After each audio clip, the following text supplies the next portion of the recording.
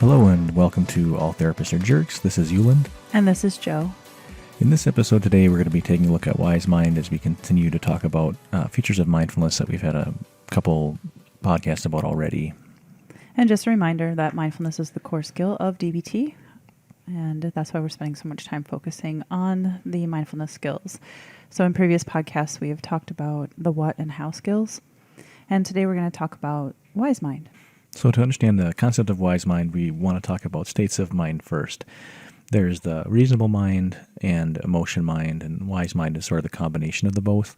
Often they're shown as being a Venn diagram of equal size circles, and each the reasonable mind and emotion mind circle overlapping in an area called Wise Mind. But I think that's too simple and too straightforward. Definitely. I know that most of our residents, or most people in general, experience themselves more as emotion-minded people, so they feel as though their emotion mind is larger than the reasonable mind. So the great thing about DBT is that you can use different skills in order to either increase your reasonable mind or decrease your emotion mind, or both, in order to get to that synthesis. And that synthesis, the combination of emotion mind and reasonable mind, the thing that we like to call wise mind, we only need a little sliver of where those two things overlap in order to make decisions and actions in that wise mind space. Mm-hmm. So the first part of being in Wise Mind is to take a look at reasonable mind. Reasonable mind is typically considered kind of cold or cool. It's rational. It tends to be focused on tasks or lists. It's ruled by facts, reason, logic. Values and feelings are not as important in this state of mind, and it has a lot to do with more long-term benefit or focus on the long term. I tend to think of it more as like the objective mind, or almost like left brain in a way, whereas emotion mind tends to be more of a kind of a right brain, nonverbal type process a lot of the time. Right. So I like to think of a lot of television characters, not a lot of television characters, but there's two television characters that really stand out to me that really personify reasonable mind. Mm-hmm. You think of Spock or Sheldon from The Big Bang Theory. Right. Everything needs to be logical, linear. You wouldn't do things that don't make sense. And their connections or interpersonal connections are often damaged. It's kind of, especially in The Big Bang Theory, watching Sheldon, I think is really kind of funny. That's where a lot of the humor comes from, as his difficulties with interpersonal connection. But reasonable mind is also extremely important because we can't have infrastructures, we can't have technology. We really need reasonable-minded people. Mm-hmm. But then we have the loss or lack of emotion mind sometimes. And I think emotion mind gets kind of a bad rap in the sense, so when you think TV characters, I think of like Real Housewives of New Jersey, Real Housewives of Hotlanta. And so the emotion mind is often considered hot, mood dependent, emotion focused, ruled by feelings and urges, looking for like that short-term relief rather than like the long-term gain. Mm-hmm. Facts, reason, and logic kind of elude us when we're in emotion mind. Mm-hmm. And people, can be in one. Like I tend to lean more toward emotion mind, where I believe that you, and I could be wrong, I'm willing to be wrong here. I think you tend to be a little bit more on the reasonable mind side of things. Well, I think that's my tendency to start off where I'm at, but also my familiarity and comfort with making decisions. I have a tendency to want to make decisions from that aspect. Although I think that also, we don't really make decisions without emotion either. So I think sometimes reasonable mind maybe just is a way of explaining something I meant to do it, or it totally makes sense, but it still might be an emotional decision. Right. And so, relationships and successful relationships, they require some emotion mind, being able to understand life from someone else's perspective, the desire to connect. So when we're looking for that wise mind, we're kind of looking for the synthesis, and it's really relies a lot on observation, logic, experience, current behaviors, past behaviors, emotion, and intuition. Mm-hmm. People tend to think of wise mind as, well, I don't know if people tend to. I think when we talk about wise mind, a lot of times people can consider it like a verb, or I'm sorry, a noun. We have to talk about like a noun, but it's more like a verb. Yeah, it's a verb. It's an action-based thing. It's not just a state of being. It's something that's going to move you into action. So you can make a wise mind decision, but if you don't actually move into action, it's not wise mind. Right. So when we're in wise mind, the opposites become integrated and reality is experienced as it is. So when we're doing a lot of shoulds, or if we have a lot of judgments, we're usually in emotion mind. Right. And it really is kind of interesting. I think some people that we've experienced, especially in the residential facility that we work at, there's very emotion-minded people, but their emotion mind masquerades as reasonable mind. Right. They'll be making decisions and they believe that they're making logical, linear decisions, but the decisions are really based in avoidance of emotion.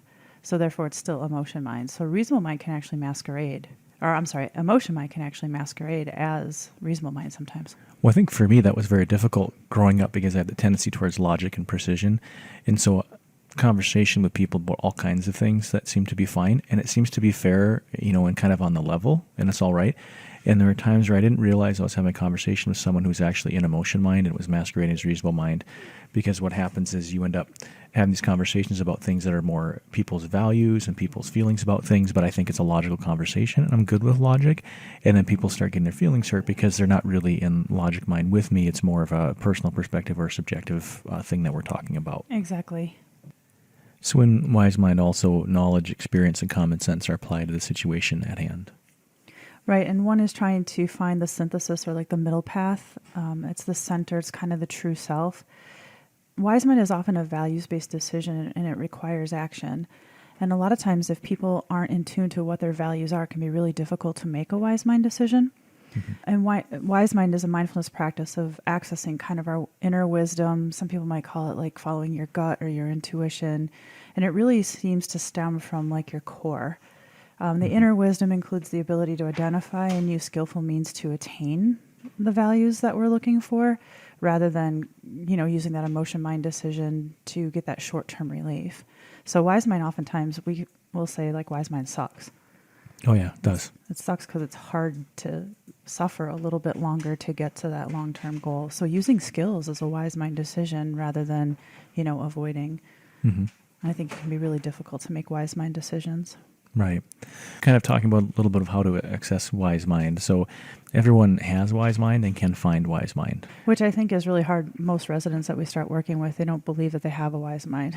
Right. They're like, I don't have any values. I don't know what I stand for, what I believe in. I mean, I don't have wise mind. It's just all emotions all the time. Mm-hmm.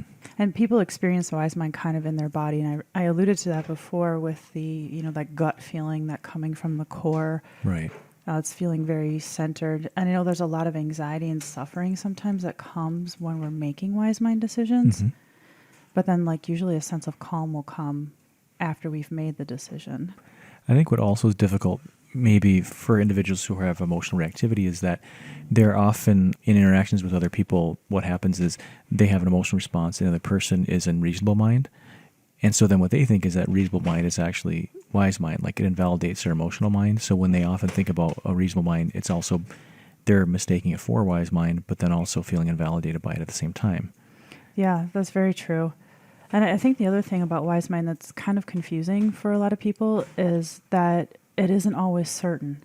And that intolerance of uncertainty makes it really difficult to trust the wise mind decision oftentimes. So people can think that they're making a wise mind decision, but that uneasiness and that uncertainty can make them think that perhaps it isn't a wise mind decision. Mm-hmm. So I remember for me when I made the decision to go back to grad school, there was so much uncertainty about that, a lot of judgments of, I'm too old. What if I don't remember how to take tests? What if I can't write a paper anymore? What does this mean financially for my family? So, there were some, reasonable mind things in there. Mm-hmm. Such as financially, what does this mean for my family? And then there's emotion mind things in there as well, such as, you're too old to go back to school. You're not going to remember anything. Right. What if you make a fool of yourself? That's all emotion mind stuff. But then once I actually made the decision to go back to school, so it was a lot of anxiety with that fence sitting. Like, am I going to do it? Am I not going to do it? Weighing the pros and cons. Am I being emotional about this in the first place? And then once I finally made the decision, there was this sense of calm, but there was still a ton of uncertainty. What school am I going to go to? Am I even going to get in? But the decision in and of itself was made. And that came from my center, my core, my values, my value of education, my value of wanting to contribute to society, a value of kind of being a good role model for my children, that it's never too late to go back to school. You know, showing my young daughters that it takes a lot of work and a lot of perseverance, but no matter how old you are, you can still attain your goals, and that knowledge is extremely important. So at the end of the day, the decision to go back to grad school a little bit later in life was very much a wise mind decision for me. Right. And I think wise mind can feel similar to intuition, and also this idea that it's free of conflict. But it just doesn't feel like it's free of conflict, I think, until it's made, and then it becomes an action. And it's not so conflictual anymore, but it's difficult. So I can think there are two different times in my life when I was younger, I think both in middle school, where I actually had to basically jettison my entire peer group in 7th grade. There's just a lot of stuff going on. I used to be a skater, which I think is funny relative to where I am today. And we really enjoyed making ramps and, making launch ramps and half pipes in people's backyards and things.